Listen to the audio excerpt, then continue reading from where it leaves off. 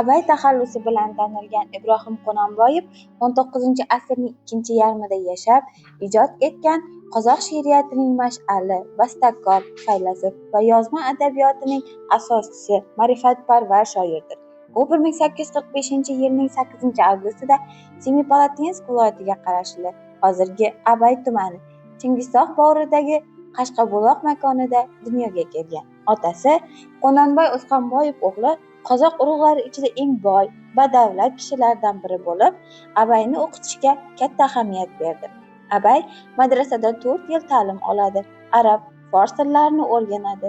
Markaziy Osiyo allomalarini, xususan Sa'diy Sheroziy, Hofiz Sheroziy, Abdurahmon Jomiy, Navoiy, Bobur, Nodira asarlarini mutolaa qiladi. Shoir uchun ayniqsa 1886-1895-yillar sermahsul qizg'in ijodiy davr bo'ldi.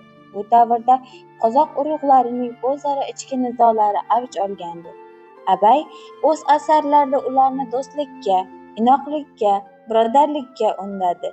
Ilm-ma'rifat olishga da'vat etdi. Bunga shoirning "Mening elim qozog'im, adashganning oldi yo'q, ilm topmay maqtanma, yoshlikda ilm deb o'yladim, boylar yurar molin ardoqlab" kabi asarlari misol bo'la oladi. Abay ijodining muhim qirralaridan biri yosh shoirlarni tarbiyalash bo'ldi. Yoshlarga homiylik qildi, ularga mavzular berib, dostonlar yozdirdi. Bu o'rinda o'g'li Mag'aviyaga, Mehdod Qosim, Oqilboyga esa qissasi Yusuf kabi dostonlar yozishga da'vat etganligining o'zi kifoyadir. Abayda 300 ga yaqin she'riy asar, Iskandar Mas'ud, Azim hikoyasi, Vadim kabi dostonlar yetib kelgan. Uning asarlaridan xalqni ilm-ma'rifatga, insoniylikka, halollikka, sevgi-sadoqatga, muhabbatga da'vat etish g'oyalari asosiy o'rin egallagan. Abaygacha qozoq she'riyatida 2 xil o'lan o'lchovlari mavjud edi. Abay esa rus va jahon adabiyoti she'riyatini chuqur o'rganib, o'lanlar vaznini 17 tagacha yetkazdi.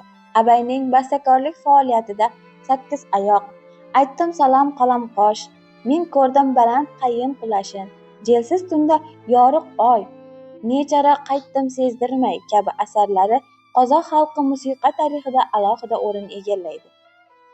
Abay 3 manbadan oziq olib, ma'naviy kamolotga yetdi. Bular qozoq xalq og'zaki ijodiyoti, sharq she'riyati va nihoyat rus, Avropa adabiyoti namunalaridir.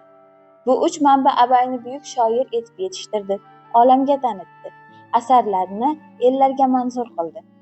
Abayning nasriy asarlari, she'ru dostonlari o'zbek, tatar, qirg'iz, chin, chex tillariga tarjima qilingan va mazkur xalqlarning ma'naviy mulkiga aylanib qolgan.